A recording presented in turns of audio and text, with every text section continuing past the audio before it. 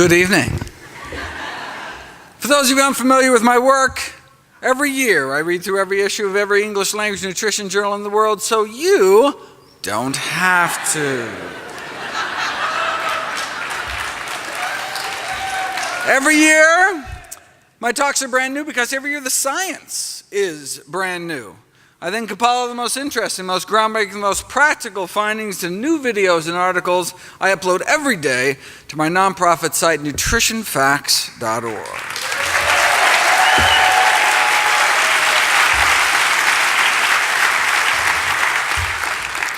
Everything on the website is free. There's no ads, no corporate sponsorship, strictly non-commercial, not selling anything. Just put it up as a public service, as a labor of love. New videos and articles every day on the latest in evidence-based nutrition. In my 2012 review, I explored the role diet may play in preventing, treating, and reversing our deadliest diseases. In 2013, I covered the most common conditions. In 2014, I went through our leading causes of disability. This year, I'd like to address some of our most dreaded diseases, and cancer tops the list in the latest Gallup poll. The number one cancer killer in the United States of both men and women is lung cancer. But if you look at the rates of lung cancer around the world, they vary by a factor of 10. If there's nothing we could do to prevent lung cancer, you'd assume the rates would be about the same everywhere. I mean, if it just happened kind of randomly.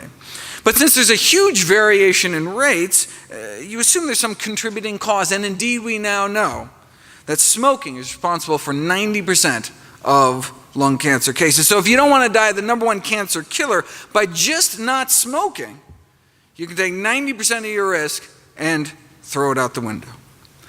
Colorectal cancer is our second leading cause of cancer death, and for that there's even bigger spread around the world. So it appears colon cancer doesn't just happen, something makes it happen. Well, if our lungs can get filled with carcinogens from smoke, maybe our colons are getting filled with carcinogens from food. Why do African Americans get more colon cancer than Native Africans? Why that population? Because colon cancer is extremely rare in Native African populations, like more than 50 times lower rates than Americans, white or black. And we used to think it was all the fiber that they were eating. However, the modern African diet is highly processed, low in fiber, yet there's been no dramatic increase in colon cancer rates. And we're not just talking low fiber intake, we're talking United States of America low fiber intake, down to around half the recommended daily allowance. Yet colon disease remains rare in Africa, still 50 times less colon cancer. Maybe it's because they're thinner and exercise more. No, they're not, and no, they don't. If anything, their physical activity levels may actually be lower than ours. So if they're sedentary like us, eating mostly refined carbs, few plant foods, little fiber like us, why do they have 50 times less colon cancer? Well, there is one big difference. The diets of both African Americans and Caucasian Americans is rich in meat, whereas the native Africans' diet is so low in meat and saturated fat. They have cholesterol levels averaging 139 compared to over 200 in the US. So yeah, they don't eat a lot of fiber anymore, but they continue to minimize meat and animal fat intake, supporting evidence that perhaps the most powerful determinants of colon cancer risk are the levels of meat and animal fat intake. So why do Americans get more colon cancer than Africans? Maybe the rarity of colon cancer in Africans is associated with their low animal product consumption. But why? Did you ever see that takeoff of the industry slogan, beef, it's what's for dinner? Beef, it's what's rotting in your colon. Right? I remember seeing that on a shirt with some friends, and I was such the party pooper, no pun intended, explaining that no, meat is completely digested in the small intestine, never makes it down to the colon, no fun hanging out with biology geeks. But it turns out I was wrong. Turns out up to 12 grams a day of protein can escape digestion, and when it does, it reaches the colon, it can be turned into toxic substances like ammonia. This degradation of undigested protein in the colon is called putrefaction, right? So a little meat can actually end up putrefying in our colon. The problem is some of the byproducts of this putrefaction process can be toxic. The same thing happens with other animal proteins. If you eat egg whites, for example, some of that can putrefy too. You say, well, what are you saying? There's protein in plants too. The difference is that animal proteins tend to contain more sulfur-containing amino acids like methionine, which is found concentrated in fish and chicken, than eggs, less in dairy and beef, but much less in plant foods, which can be turned into hydrogen sulfide in the colon, the rotten egg gas that doesn't just smell bad, but can produce changes in the colon that increase cancer risk. Now, there's a divergence of opinion as to whether it's the animal fat, cholesterol, or animal protein that's most responsible for the increased cancer risk, but as all three has been shown to have carcinogenic properties, but does it really matter since the diet high in one is high in the others? But the protein does more than just putrefy, though. Animal protein consumption causes an increase in blood levels of cancer-promoting growth hormone called IGF-1. But remove meat, egg white, and dairy proteins from our diet, and our bloodstream can suppress cancer cell growth about 8 times better. An effect so powerful that Dr. Ornish and colleagues appeared able to reverse the progression of prostate cancer without chemo, without surgery, without radiation, just a plant-based diet and other healthy lifestyle changes. The link between animal protein and IGF-1 may help explain why those eating low-carb diets tend to die sooner. But not just any low-carb diet, specifically those based on animal sources, whereas actually vegetable-based low-carb diets were associated with a lower risk of death. Right? But meat-based low-carb diets are high in animal fat as well. So how do we know it wasn't the saturated fat and cholesterol that was killing people off? It had nothing to do with the animal protein. What we need is a study that follows a few thousand people and their protein intakes out for 20 years or so, and just see what happens. Who gets cancer, who doesn't, who lives longer. But there'd never been a study like that until now. 6,000 men and women over age 50 across the U.S. followed for 18 years, and those under age 65 with high protein intakes had 75% increase overall mortality, 4-fold increase in dying from cancer. But not all protein, specifically animal protein, right? Which makes sense given the higher IGF-1 levels in those eating excess protein. Eating animal protein increases IGF-1 levels, which increases cancer risk. The sponsoring university sent out a press release with a memorable opening line. That chicken wing you're eating could be as deadly as a cigarette.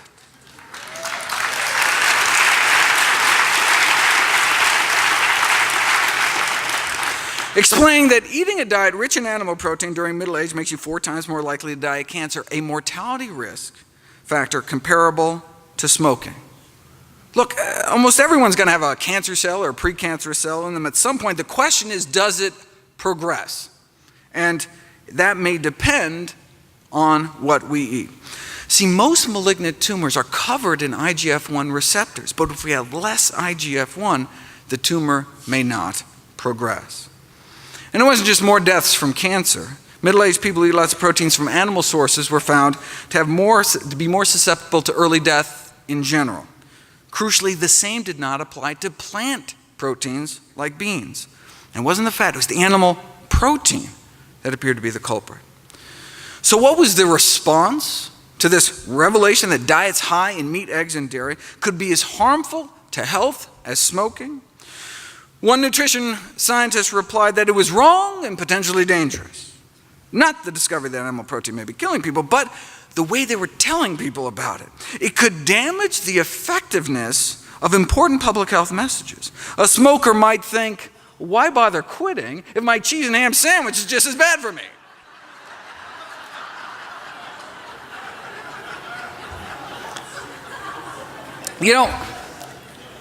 That reminds me of a famous Philip Morris cigarette ad that tried to downplay the risks by saying that you think secondhand smoke is bad, increasing the risk of lung cancer 19%, drinking 1 to 2 glasses of milk every day may be 3 times as bad, 62% increase lung cancer risk, or doubling the risk frequently cooking with oil, or tripling your risk of heart disease eating non-vegetarian, or multiplying your risk 6-fold eating lots of meat and dairy. So they conclude, let's keep some perspective.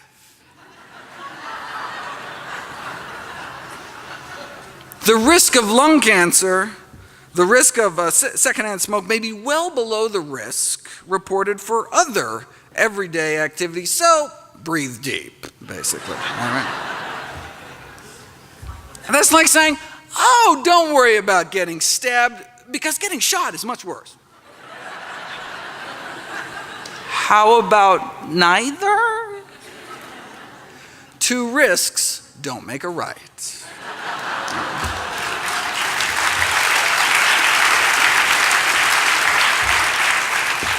Though you'll note when Philip Morris bought Kraft, they stopped throwing dairy under the bus. So, the heme in the ham may also play a role. Heme iron is the form of iron found in blood and muscle and may promote cancer by catalyzing the formation of carcinogenic compounds. Cancer has been described as a ferrotoxic disease, a disease in part of iron toxicity. Iron is a double-edged sword. Iron deficiency causes anemia, but excessive iron may increase cancer risk by acting as a pro-oxidant, generating free radicals that may play a role in a number of dreaded diseases like stroke. But look, only the heme iron, the blood and muscle iron, right? Not the non-heme iron that predominates in plants. Same with heart disease, only the heme iron. Same with diabetes, only the heme iron. And same with cancer. In fact, you can actually tell how much meat someone is eating by looking at their tumors. To characterize the mechanisms underlying meat-related lung cancer development, they asked lung cancer patients how much meat they were eating and examined the gene expression patterns in their tumors and identified a signature pattern of heme-related gene expression. Though they just looked at lung cancer, they expect these meat-related gene expressions changes to occur in other cancers as well. The safest form of iron, then, is non-heme iron, found naturally in abundance in whole grains, beans, split peas, chickpeas, and lentils, dried fruit, nuts, and seeds. How much money can be made on beans, though? So the food industry came up with blood-based crisp bread made out of rye and cattle and pig blood. One of the most concentrated sources of heme iron, about 2/3 more than chicken blood, though. If blood-based crackers don't sound appetizing, they do have cow blood cookies or blood-filled biscuits. The filling does end up dark-colored, chocolate-flavored paste with a very pleasant taste. Dark color because spray-dried pig's blood can have a darkening effect on a food product's color, but the worry is not the color or the taste, it's the heme iron, which because of the potential cancer risk is not considered safe to add to foods for the general population. This reminds me of nitrosamines, a class of potent carcinogens found in cigarette smoke. They are considered so toxic that carcinogens of this strength in any other consumer product destined for human consumption would be banned immediately. And if that were the case, they would have to ban meat. One hot dog has many nitrosamines and nitrosamines as 5 cigarettes. And these carcinogens are also found in fresh, unprocessed meat as well, beef, chicken, pork. But practice meatless Mondays and you can wake up Tuesday morning with nearly all these carcinogens washed out of your system. So toxic, nitrosamines should be banned immediately, but are still allowed for sale in cigarettes and meat because the carcinogens are found there naturally, right? It'd be illegal to add them, but hey, if they're found there, right? Just like the heme iron, not safe enough to expose the general population to, but allowed for sale at the deli counter. The irony is that the iron and the protein are what the industry boasts about, right? Those are supposed to be the redeeming qualities of meat, right? Protein and iron. But sourced from animal foods may do more harm than good. And that's not to mention all the other stuff, like the saturated fat and industrial pollutants and hormones that may play a role in our third leading cancer killer, breast cancer. Steroid hormones are unavoidable in food of animal origin, but cow milk may be of particular concern. The hormones naturally found in even organic cow's milk may have played a role in the studies that found that a relationship between milk and dairy products with human illnesses, not just like teenagers' acne, but prostate, breast, ovarian, and uterine cancers, many chronic diseases plaguing the Western world, as well as male reproductive disorders, from an increased risk of early puberty all the way to endometrial cancer in older women.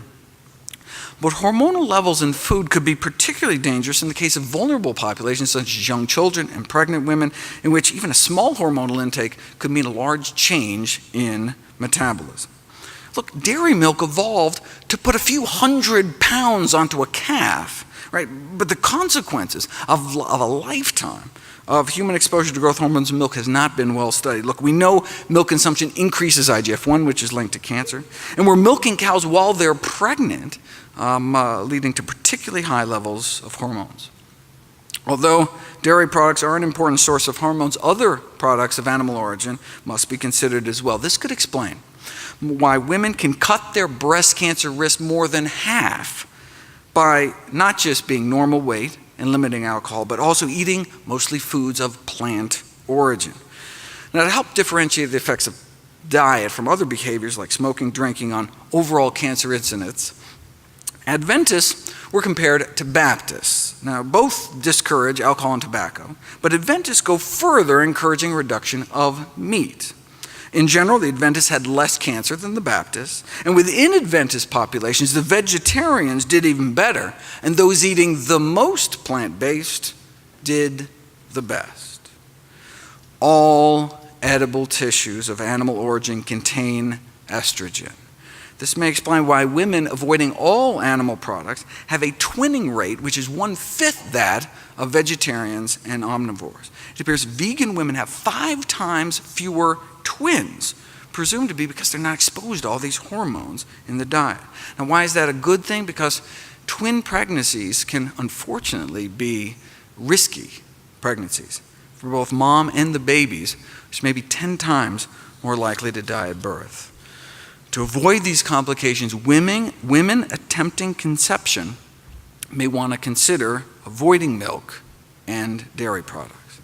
And this isn't even talking about the synthetic hormones that are injected, implanted, and fed into farm animals. In 1979, an epidemic of breast enlargement was noted in Italian children.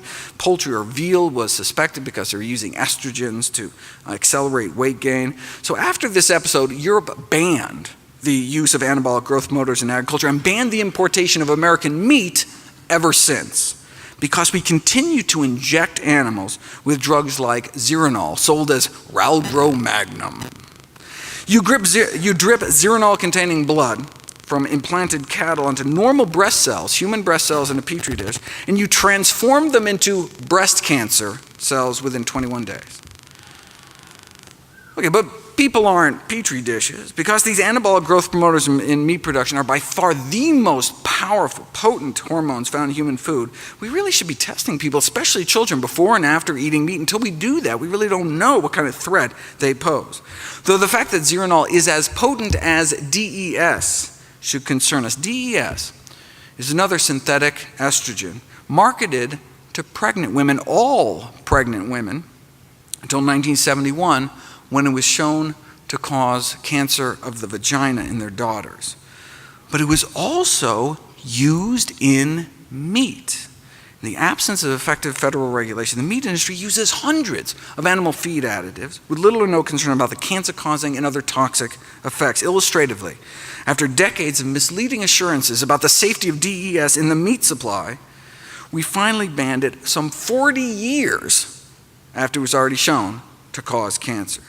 The meat industry then promptly switched to other potentially carcinogenic additives such as this Ralgro Magnum. When girls started dying of vaginal cancer, DES-treated meat was subsequently banned in Europe. However, misleading insurances, including the deliberate suppression of residue data, managed to delay a U.S. ban on DES in the meat supply for another 8 years. Where are we today? Virtually the entire U.S. population consumes without any warning, label, or information unknown, unpredictable amounts of hormone residues in meat products over a lifetime. If all hormonal and carcinogenic feed additives aren't banned immediately, the least we could do is label them. Label the hormone residue levels in all meat products, including dairy and eggs. Speaking of eggs, the next on the dreaded list of diseases is heart disease. Eggs are the #1 source of choline, which can be converted by gut bacteria into a toxin that increases the risk of stroke, heart attack, and death. Eggs are also the #1 source of cholesterol. Why does it matter if we have lots of cholesterol circulating throughout our bloodstream? Cholesterol doesn't just infiltrate our arteries and help that form those inflamed pockets of pus within our arterial walls, but may play an active role in the final fatal plaque rupture. Cholesterol crystals may actually pop our plaque. If you look at ruptured plaques from autopsies, they're filled with cholesterol crystals protruding from the plaque. Cholesterol in the plaque may get so supersaturated that it reaches a point like it crystallizes like rock candy. And the growing crystals may then burst the plaque open. Here's a cholesterol crystal shooting out the top of a test tube. When you look at the tips of the crystals under a microscope, they are sharp, jagged needles. They placed a thin membrane over the top of the test tube to see if the needles would poke through. And indeed, the sharp tips of the cholesterol needles cut through the membrane. So they showed that as cholesterol crystallizes, the peak volume then increases rapidly, and then sharp tipped crystals can cut through and tear membranes, suggesting there's this crystallization of supersaturated cholesterol in atherosclerotic plaques that can induce those final ruptures. And indeed, that's what you see on autopsy. All patients who died of acute heart attacks had these perforating cholesterol crystals like this, sticking out of their plaques, but no crystals were found perforating the arteries of people with severe atherosclerosis that first died of other kind of non-cardiac causes. This can explain why dramatically lowering cholesterol levels with diet and drugs if necessary can reduce the risk of fatal heart attack by pulling cholesterol out of the artery wall, decreasing the risk of crystallizing these cholesterol needles that can then pop the plaques in our arteries. High cholesterol can also cause what's called fatty liver disease, our next global chronic disease epidemic. Fatty deposits in our liver can trigger inflammation and result in liver cancer, failure, and death. And again, it may be these crystals, cholesterol crystals, triggering the progression of fatty liver into serious hepatitis. We're talking dietary cholesterol, the cholesterol people eat in eggs and other animal products. Strong association between cholesterol intake and hospitalization and death from cirrhosis and liver cancer. And beyond just the crystals, dietary cholesterol may oxidize and directly cause toxic and carcinogenic effects. It was not appreciated until recently that the average cholesterol in the United States, the so-called normal levels, were actually abnormal, accelerating the blockages in our arteries and putting a large fraction of the normal population at risk. Having a normal cholesterol in a society where it's normal to drop dead of a heart attack, not necessarily a good thing. Normal cholesterol levels may be fatal cholesterol levels. In cholesterol lowering, moderation kills. Even if all Americans kept their total cholesterol below the recommended 200, millions would develop coronary artery disease. Strong evidence shows we need to keep our total cholesterol under at least 150 to stem the epidemic. What kind of evidence? Well, in many cultures, coronary disease is practically unheard of when total serum cholesterol under 150. Here in the US, famous Framingham heart study, few under 150 developed heart disease and none died from it. We cannot continue to have these public and private organizations at the forefront of health leadership recommending to the public a dietary plan that guarantees that millions will perish of the very disease that the guidelines are supposed to prevent. The reason given by health authorities to not tell people the truth, for not advocating what the science shows is best, was that it might frustrate the public. who may have difficulty getting their cholesterol levels that low. Right? But the public's greatest frustration might come from not being informed of the optimal diet for health.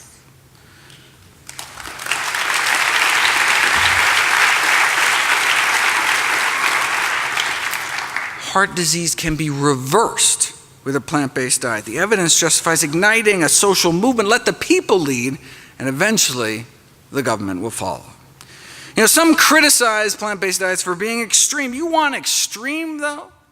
Check out the consequences of our present diet. Having a breastbone sawed in half for bypass surgery, or having a stroke that renders one mute, or having a breast, colon, prostate, or rectum removed for cancer. Now that's extreme. Bean burrito, easy, right?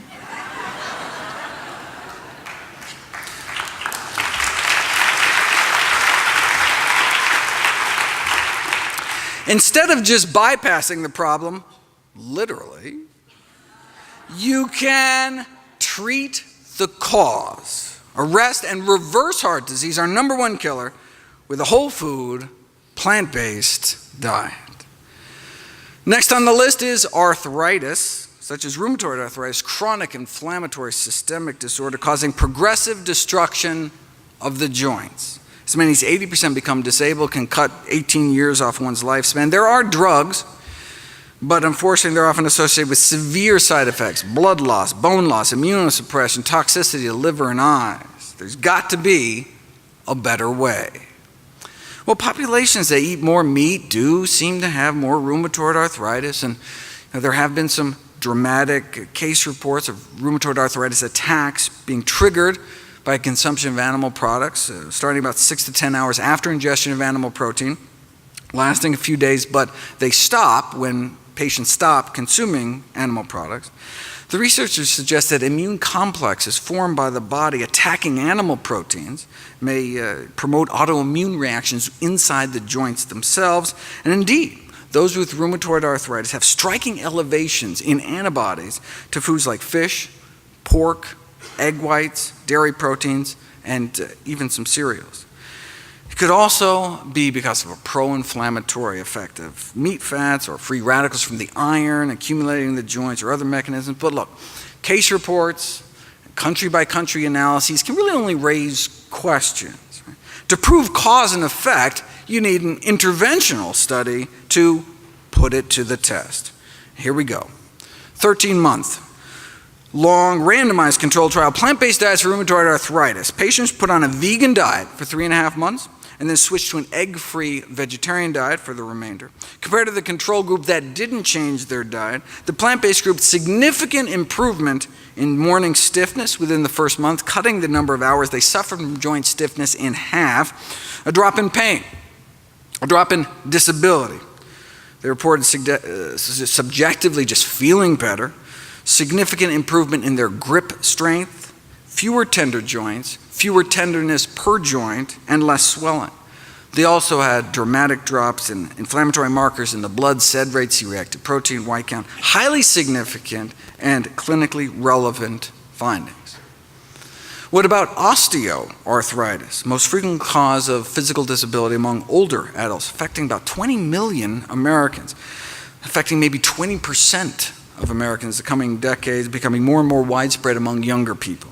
Osteoarthritis is characterized by loss of cartilage within the joint. And we used to think that it was just kind of wear and tear, but it's now generally accepted it's an active joint disease with an inflammatory component. So if the loss of cartilage is caused by inflammation, maybe if we put people on an anti-inflammatory diet, it could help, like with rheumatoid arthritis.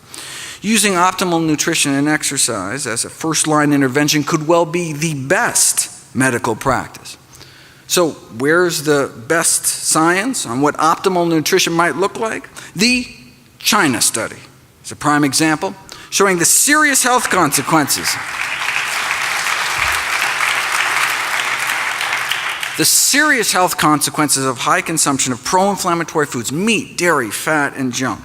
and low consumption of anti-inflammatory plant foods, right? Whole grains, vegetables, fruits, beans, split peas, chickpeas, lentils. The unnatural Western diet contributes to this low-grade systemic inflammation, oxidative stress, tissue damage, irritation, placing the immune system in this kind of overactive state, which can be kind of a common denominator for these conditions like arthritis. Next on the list is stroke and high blood pressure. We go together because high blood pressure, #1 risk factor for stroke. The PREDIMED study found that a Mediterranean diet with nuts could cut stroke risk nearly in half, though they were still having strokes, right? Half as many strokes, but it was still a stroke-promoting diet. And heart attack promoting as well. So that's what Dr.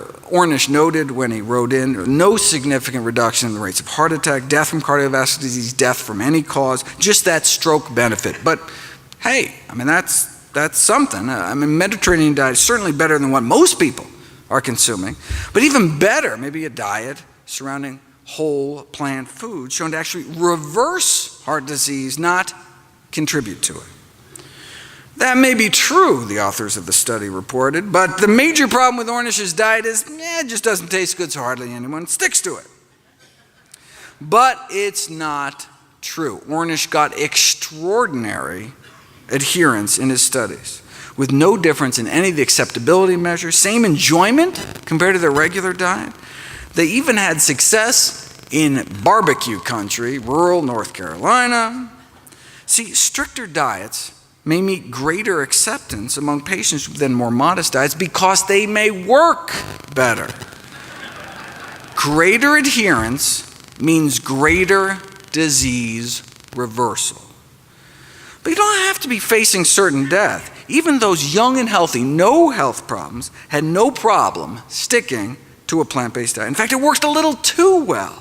This is a crossover study where they asked people to eat a plant-based diet for a few months and then go back to their original diet to note the contrast, right? But people felt so good eating healthy. Some of them refused to go back to their regular diet, which kind of, it actually messes up the study.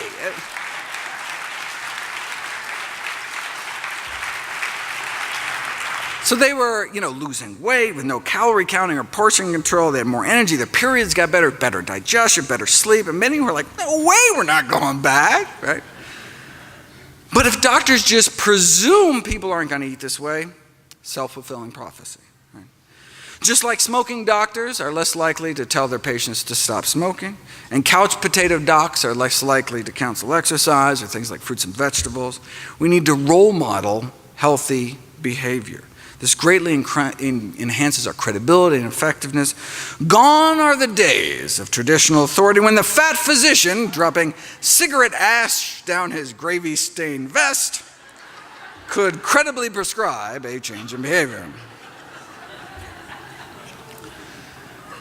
One reason why plant-based diets can save so many millions is because the #1 risk factor for death in the world is high blood pressure, laying to waste 9 million people every year. In the United States, killing off more than 1,000 a day, 400,000 Americans dead every year.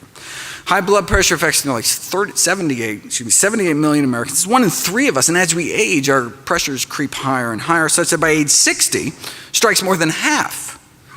If it affects most of us when we get older, maybe it's less a disease and more just kind of a natural, inevitable consequence of aging. No.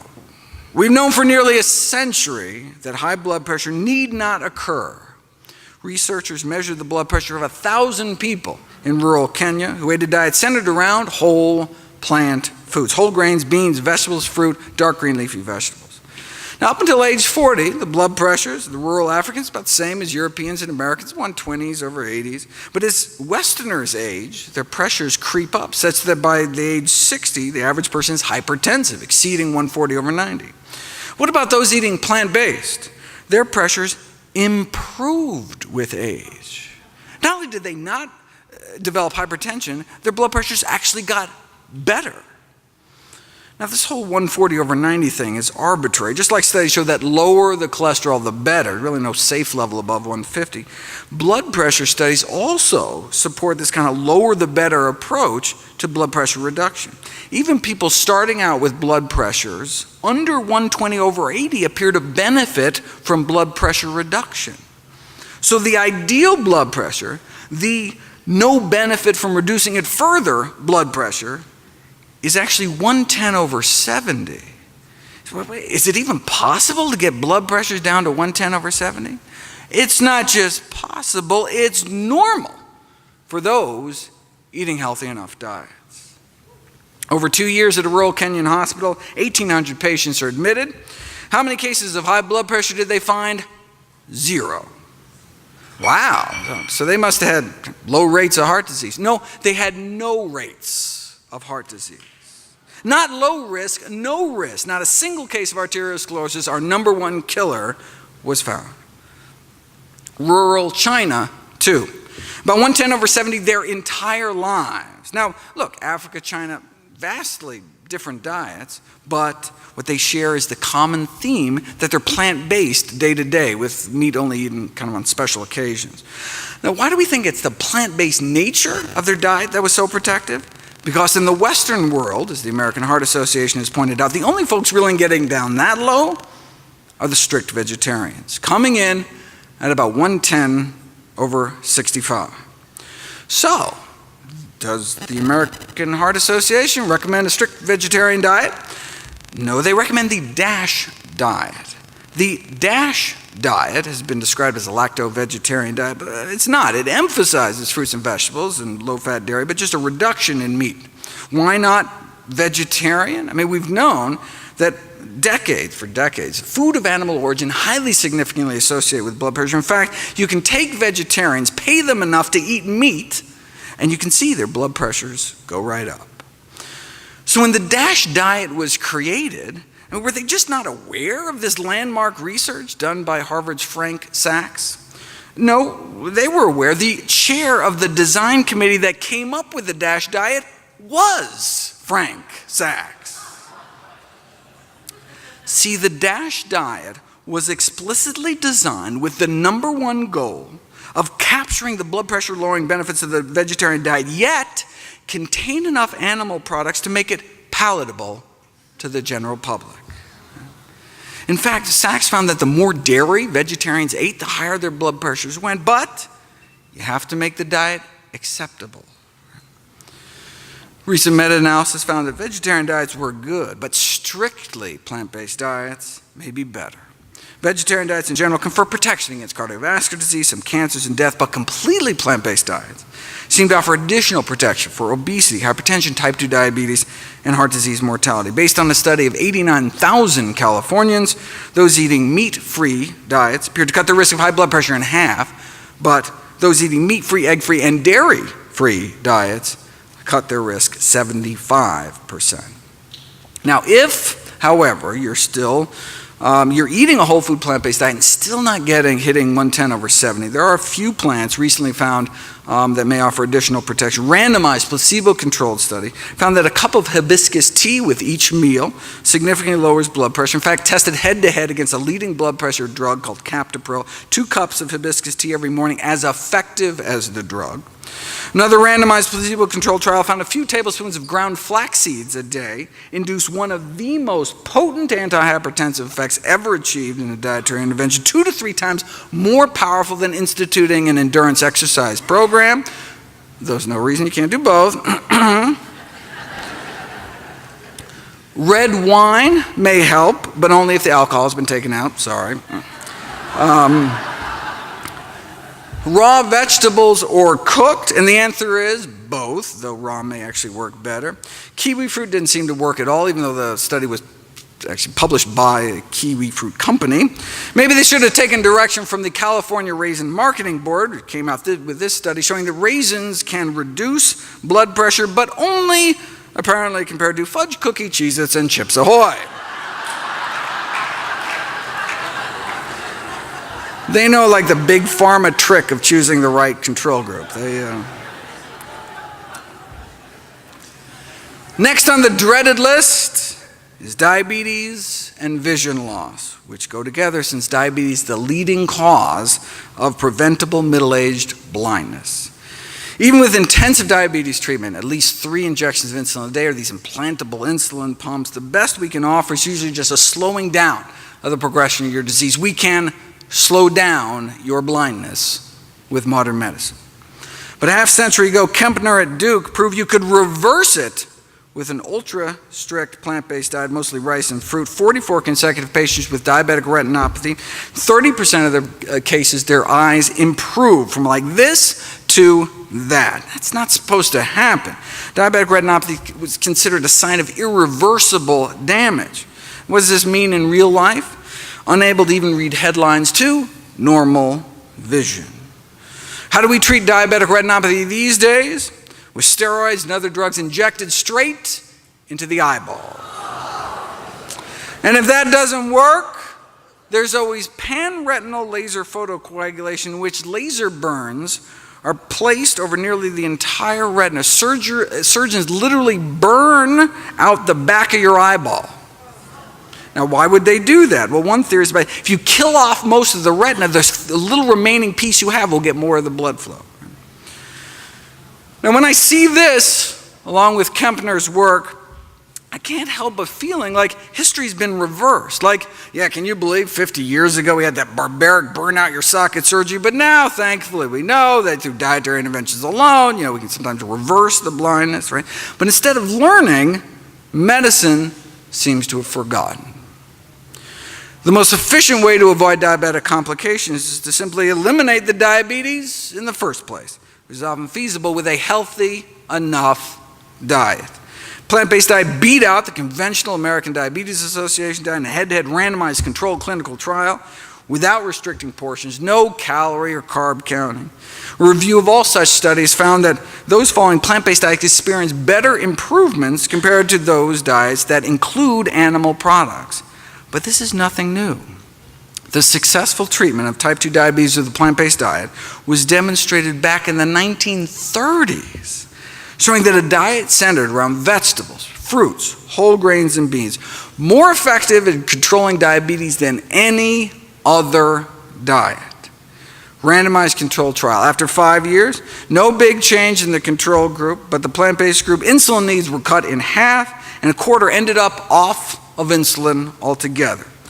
Now, this was a low-calorie diet, though, so maybe their diabetes just got better because they lost weight. To tease that out, what we would need is a study where they switch people to a healthy diet but force them to eat so much food that they'd actually maintain their weight. Then we could see if a plant-based diet had benefits independent of all the weight loss. We'd have to wait another 44 years, but here it is. Subjects were weighed every day, and they started losing weight. They were made to eat more food. In fact, so much food, some of the participants had trouble eating all. But eventually they adapted, and so no significant alterations in body weight despite restricting meat, dairy, eggs, and junk. Okay, so with zero weight loss, did plant-based diets still help? Here's the before and after insulin requirements of the 20 people that put on the diet. So the number of units of insulin they had to inject themselves before and after going plant-based. Overall, insulin requirements were cut about 60%, and half were able to get off insulin altogether, despite no change in weight. Now, how many years did this take? Was it 5 years like the other study? No, 16 days.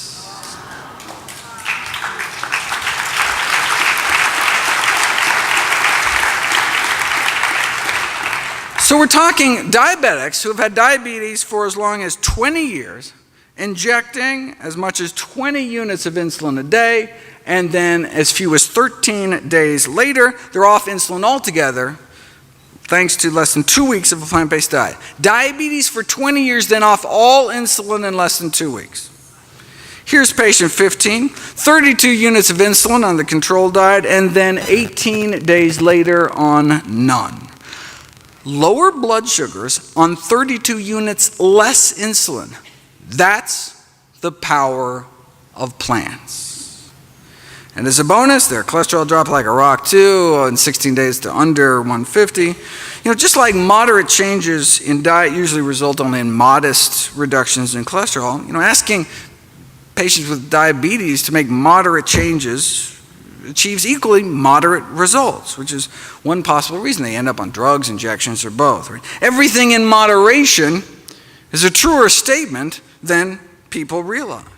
Moderate changes in diet can leave one with moderate blindness, moderate kidney failure, moderate amputations, maybe just a few toes. Right? Moderation in all things is not necessarily a good thing. The more we as physicians ask from our patients, the more we are likely to get. The old adage, shoot for the moon, seems to apply, may be more effective than limiting patients to small steps that may sound more manageable but not sufficient to actually stop the disease. The only thing better than reversing diabetes is not get it in the first place. You know, that study that purported to show that diets high in meat, eggs, and dairy could be as harmful to health as smoking supposedly suggested that people under 65 who eat lots of animal protein 4 times as likely to die from cancer or diabetes. But if you look at the actual study, you'll see that's not true. Those eating a lot of animal protein didn't have just 4 times more risk of dying from diabetes. They had 73 times higher risk of dying from diabetes. As one eats more and more plant-based, there appears to be a stepwise drop in the rates of diabetes, down to 78% lower prevalence among those eating strictly plant-based, with protection building incrementally as one moved from eating meat daily to less than daily, right? To just fish, to no meat, to no eggs and dairy either. Similar pattern was found for the leading cause of vision loss among elderly, cataracts, right? This suggests it's not all or nothing. Any steps we can make towards eating healthier may accrue benefits. But why? Why is total meat consumption associated with higher risk of diabetes, especially processed meat, particularly poultry? Well, there's a whole list of potential suspects, culprits in meat. Yes, it may be the animal protein. Maybe it's the animal fat. Maybe it's the cholesterol. Maybe it's the iron leading to free radical formation, which can cause inflammation. Advanced glycation end products are another problem. They promote oxidative stress and inflammation, and food analyses show the highest levels of these so-called glycotoxins are found in meat. Here are the 15 most contaminated foods found with glycotoxin contamination. Chicken, pork, chicken, beef, chicken, beef, chicken, turkey, chicken, fish, beef, and McNuggets. I don't know if you can actually call that chicken, but all right. Though other foods from animal sources can also harbor these pro-oxidant chemicals. Now in this study, they fed diabetics foods packed with glycotoxins, chicken, fish, eggs, and their inflammatory markers shot up, like tumor necrosis factor, C-reactive protein. Thus in diabetics, these dietary AGEs can promote inflammatory mediators leading to tissue injury. The good news is that restricting these kinds of foods may suppress the inflammatory effects of these glycotoxins, may be kind of the missing link between increased consumption of animal fat and meat and the subsequent development of type 2 diabetes in the first place, as well as Alzheimer's disease, the final disease on our dreaded list.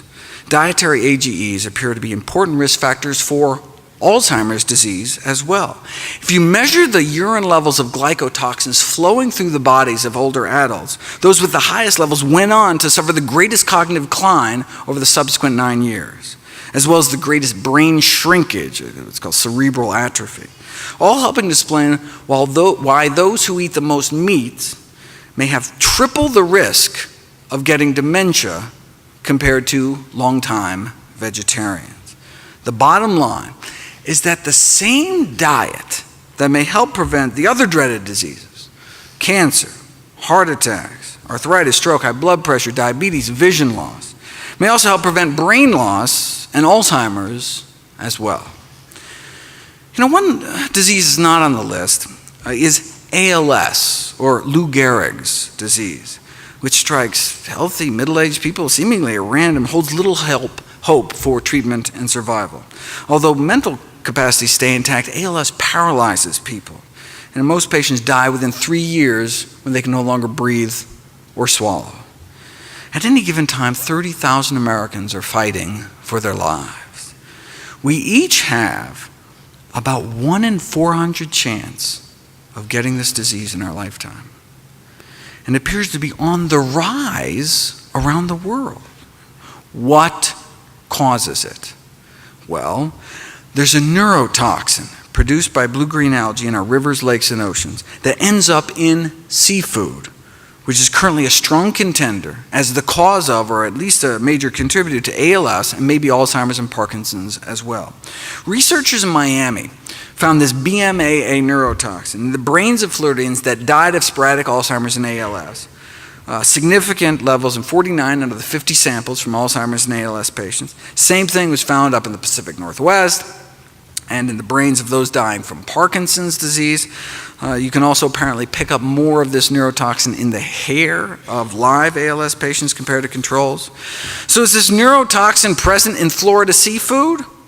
Yes, in both freshwater fish, shellfish, oysters, bass, etc., and out into the bay. Not just in Florida. On up the eastern the seaboard, out in the Midwest. So this could explain ALS clusters around lakes in New Hampshire, or fish in Wisconsin, or blue crabs from the Chesapeake around where I live, or seafood eaters in France, or in the Finland's Lakeland district, or around the Baltic Sea, building up particularly in fish, mussels, and oysters. There is a general consensus that these harmful algal blooms are increasing worldwide, thanks in part to industrialized agriculture, which may increase the exposure to this neurotoxin, leading to possible increased risk of these horrible neurodegenerative diseases. With substantial and ever-growing evidence that this neurotoxin does play a role in the onset and progression of neurodegenerative diseases, the most important question is, what activity does BMAA exert? No, it's not. The most important question is, how do we reduce our exposure? We know the presence of this neurotoxin in aquatic food chains could be a significant human health hazard, so until more is known, it may be prudent to reduce our risk by limiting exposure to BMAA in the human diet. Now, there are neurotoxins in the dairy supply too, which may explain the link between milk consumption and Parkinson's. High levels of organochlorine pesticide residues are found in milk and the brains of Parkinson's patients. And other pollutants like tetrahydride, so quinoline, which is actually what scientists use to try to induce the disease in primates found in the milk supply, particularly cheese. So maybe the dairy industry should do these toxin screenings of milk. Good luck with that. You could always just not drink the stuff, but then what about your bones?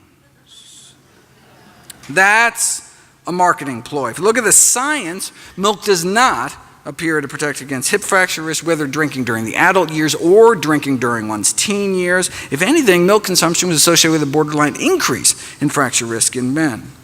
This suggests a partial explanation for the long-standing enigma that hip fracture rates are highest in populations with the greatest milk consumption. This enigma irked a Swedish research team puzzled by studies again and again had shown a tendency for higher risk of fracture with higher milk consumption. Well, there is a rare birth defect called galactosemia, where babies are born without the enzyme needed to detoxify the galactose in milk.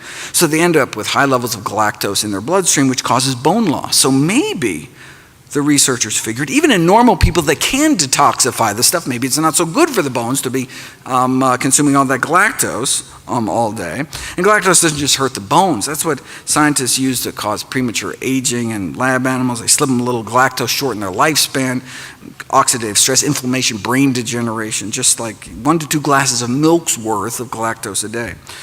Well, we're not rats though, but given the high amount of galactose in milk, recommendations to increase milk intake for the prevention of fracture could be a conceivable contradiction. So they decided to put it to the test, looking at milk intake and mortality as well as fracture risk to test the theory. 100,000 men and women followed for up to 20 years, and milk drinking women had higher rates of death, more heart disease, significantly more cancer for each daily glass of milk. 3 glasses a day was associated with nearly twice the risk of death. They also had significantly more bone and hip fractures too. More milk, more fractures. Milk drinking men also had higher rates of death For some reason, you never see any of this in any of the milk ads. I don't know. Okay, so where does this leave us? What are the common threads? If you look at 4 of the major dietary quality scoring systems, which have all been associated with extending lifespan, less heart disease, less cancer, they all share only 4 things in common. What are those 4 things? More fruit, more vegetables, more whole grains, more nuts and beans. They're all built around a common core of diets rich in plant foods. We're of the opposite food patterns, Western diet, higher risk. So we need to optimize the food environment to support whole grains, vegetables, fruit, and plant-based sources of protein. Taking the diet quality indexes to the logical conclusion, the most plant-based diet comes out the most healthy diet. But again, it doesn't have to be all or nothing. I mean, we now have evidence that simple advice to increase the consumption of plant foods and decrease the consumption of animal foods actually has a survival advantage. And boy, do we need it. In terms of life expectancy, the U.S. is down around 27th of the 34 leading free market democracies. People in Slovenia live a year longer than citizens of the United States. Why? Most deaths in the United States are preventable and related to nutrition. According to the most rigorous analysis of risk factors to date ever published, the #1 cause of death in the United States and the #1 cause of disability is our diet, bumping tobacco smoking to #2. Smoking now only kills about 500,000 Americans a year, whereas diet now kills hundreds of thousands more. Let me end with a thought experiment. Imagine yourself a smoker in the 1950s. The average per capita cigarette consumption was about 4,000 cigarettes a year. Think about that. The average American smoked half a pack a day. The media was telling you to smoke, and famous athletes agreed. Even Santa Claus cared enough about your health to want you to smoke. I mean, you want to keep fit and stay slender, so you make sure to smoke. And eat hot dogs to stay trim, and eat lots of sugar to stay slim and trim, right? Less fattening than that apple. I mean, sheesh. I mean, come on. Though apples do connote goodness and freshness, reads one internal tobacco industry memo, which brings up many possibilities for a youth-oriented cigarette. Shameless. All right. In addition to staying fit and slender and soothing your throat, for digestion's sake, you smoke. I mean, no curative power is claimed for Philip Morris, but an ounce of prevention is worth a pound of cure, so safe than sorry, better smoke. Like eating, smoking was a family affair. Gee, Mommy, you sure enjoy your Marlboro. You're darn tootin'. Just one question, Mom. Can you afford not to smoke Marlboros? Your kids were giving you cigarettes in the 50s. Even your dog was giving you cigarettes. Blow in her face and she'll follow you anywhere.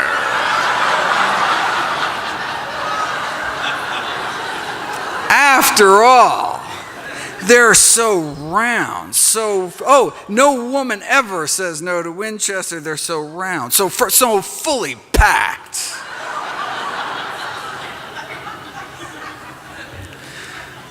After all, John Wayne smoked them until he got lung cancer and died.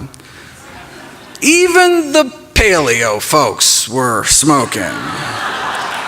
And so were the doctors. Yes, no, look, this is not to say there wasn't controversy within the medical profession. Yes, some, doctors smoke Camels, but other physicians preferred Luckies, so there actually was disagreement. There was,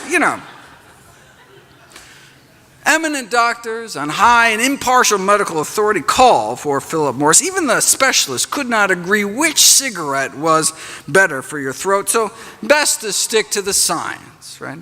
And more scientists smoke this brand, actually. This should not be rocket science, right? But even the rocket scientists have their own brand for the man who thinks for himself, right?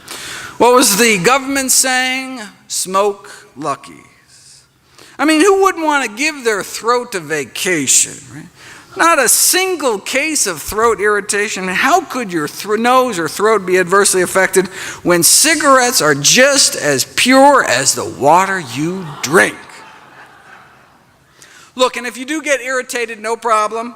Your doctor can write you a prescription for cigarettes. This is from the Journal of the American Medical Association. After all, don't smoke is advice hard for patients to swallow.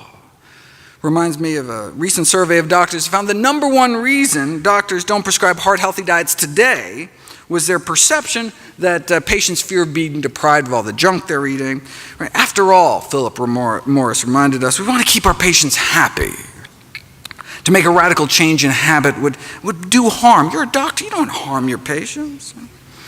The tobacco industry gave these medical journals big money to run ads like these. Not a problem, though Philip Morris claims come from completely reliable sources based on studies by recognized authorities, published in leading medical journals, even kindly offering to sell free packs of cigarettes to doctors so they can test them out themselves.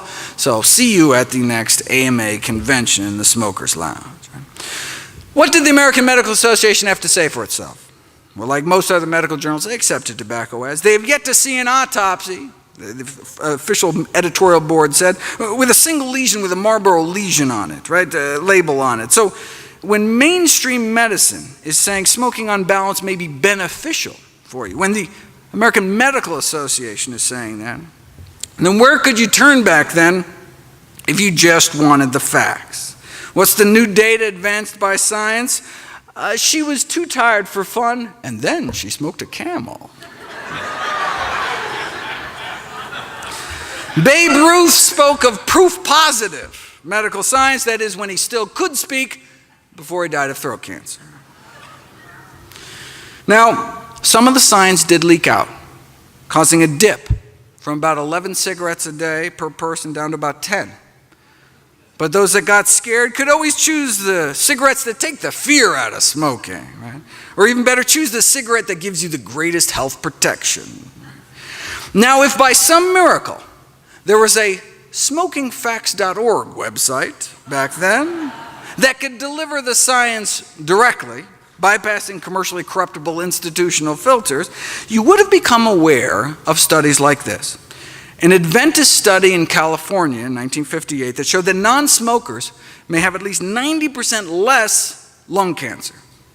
But this wasn't the first. When famed surgeon Michael DeBakey was asked why his studies published back in the 30s linking smoking and lung cancer were ignored, he had to remind people what it was like back then. We were a smoking society. It was in the movies. Medical meetings were one big haze of smoke. It's like debates over cigarettes and lung cancer in Congress taking place in smoke-filled rooms, right? It makes me wonder what they serve at the Dietary Guidelines Committee breakfast buffets to this day, right? A famous statistician by the name of Ronald Fisher railed against what he called propaganda to convince the public that cigarette smoking was dangerous. He made invaluable contributions to the field, but his analysis of lung cancer and smoking was flawed by an unwillingness to examine the entire body of data available. Now, his smokescreen may have been because he was a paid consultant to the tobacco industry, all right, but also because he himself was a smoker, right? Part of his resistance may have been to the association, may have been because of his own fondness for smoking, which makes me wonder about some of the favorite foods that nutrition researchers may have of this day, right? You know, it always strikes me as ironic that when vegetarian researchers come out forward and list their diet as a potential conflict of interest, whereas not once in the 70,000 articles on meat in the medical literature have I ever seen a researcher disclose their non-vegetarian habits, right? Because it's normal, just like smoking was normal. So back to our thought experiment. If you're a smoker in the 50s in the know, what do you do? With access to the science, you realize that the best available balance of evidence suggests that your smoking habit not good for you, right? So, do you change your smoking habits or do you wait? If you wait until your physician tells you between puffs to quit, you may have cancer by then. If you wait until the powers that be officially recognized it, like the Surgeon General did in the subsequent decade, you could be dead by then. It took 25 years for the Surgeon General report to come out. It took more than 7,000 studies and the deaths of countless smokers before the first Surgeon General report against smoking was finally released in the 1960s. You'd think maybe after the first, maybe 6,000 studies, it would have maybe give people a little heads up or something. Powerful industry. One wonders how many people are currently suffering needlessly from dietary diseases. Maybe we should have stopped smoking after the 700th study like this. With so much money and personal habit at stake, well, there's always going to be dissenters. But given the seriousness of the disease, the sum total of evidence, we shouldn't wait to put preventive measures in place. As a smoker in the 50s, on one hand, you had all of society, the government, the medical profession itself telling you to smoke. And on the other hand, the science, if you were lucky to know about studies like this. Right?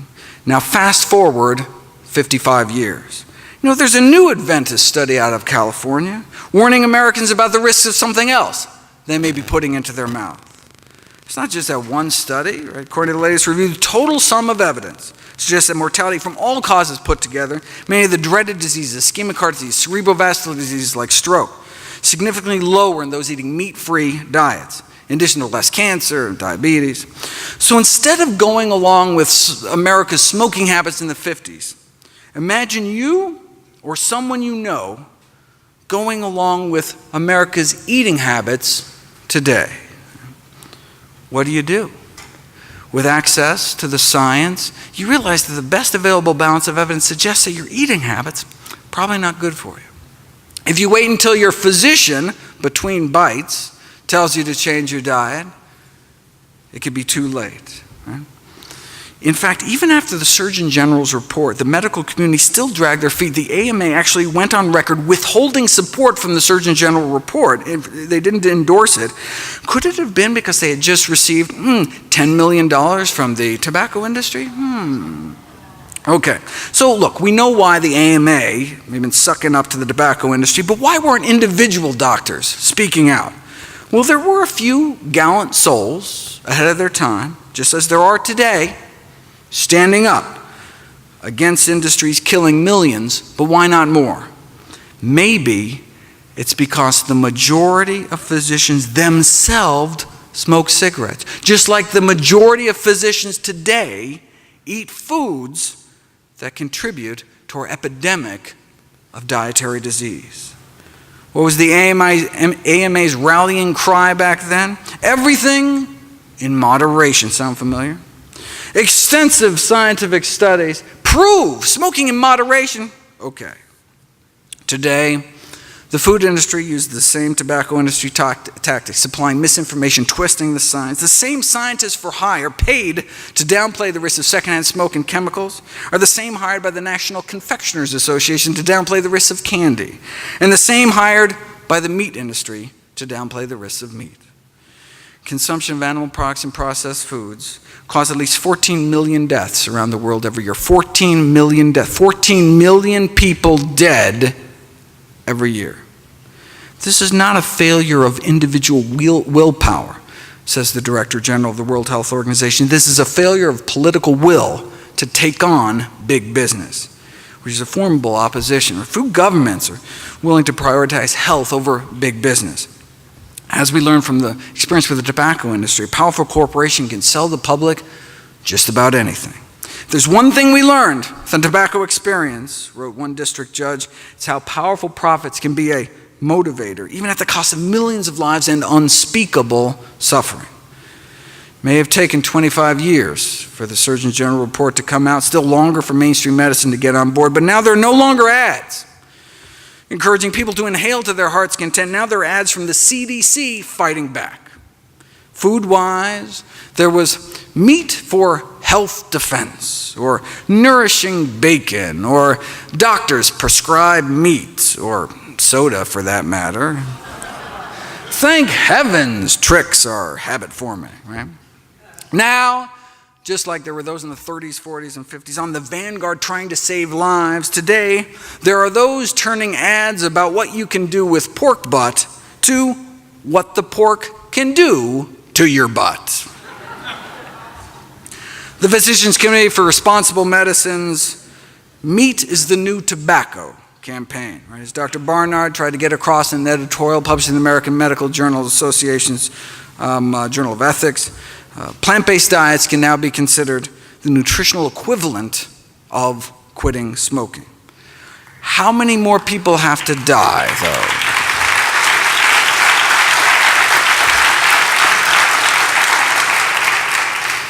How many more people have to die before the CDC encourages people not to wait until open heart surgery to start eating healthy as well? How long is that going to take, though? Just like we don't have to wait until our doctors quit smoking to quit ourselves, we don't have to wait until our doctor takes a nutrition class or cleans up their own diet before changing our own eating habits. Look, it's not your doctor's fault, right? Writes a group of prominent physicians. There is a severe deficiency of nutrition education at all levels of medical training, right? We just never taught it, right? We know a whole food, plant-based diet has been proven to reverse our #1 killer, protect against type 2 diabetes and cancer. So how has this knowledge affected medical education? It hasn't. Despite the neglect of nutrition and medical education, the public considers physicians to be trusted sources. But if doctors don't know what they're talking about, they could be contributing to diet-related diseases. To stem the surging tide of chronic illness, physicians need to become part of the solution, but we don't have to wait for that to happen. No longer do patients have to be so patient. Doctors no longer hold a professional monopoly on health information. It's been a democratization of knowledge, right? And so until the system changes, we have to take responsibility for our own health and for our family's health. Right? We can't wait for society to catch up to the science because it's a matter of life and death. In 2015, Dr. Kim Williams became president of the American College of Cardiology. He was asked why he follows his own advice to eat a plant-based diet. He said, "I don't mind dying," Dr. Williams replied. "I just don't want it to be my fault." Thank you.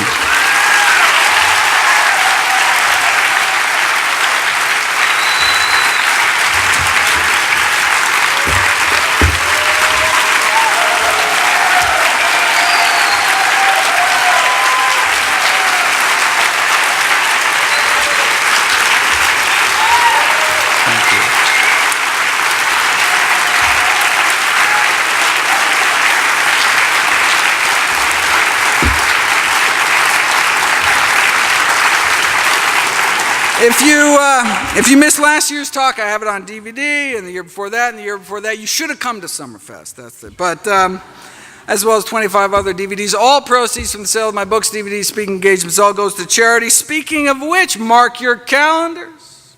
December 8th of this year, new book coming out, How Not to Die.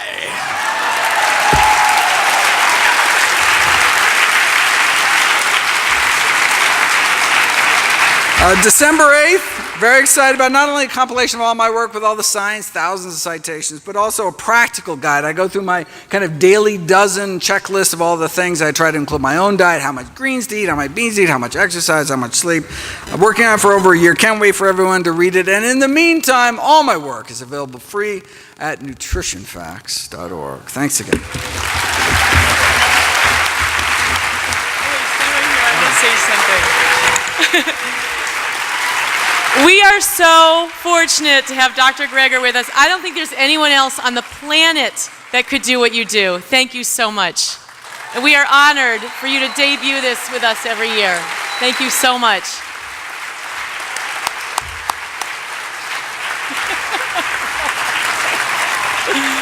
See everyone over at the LLC.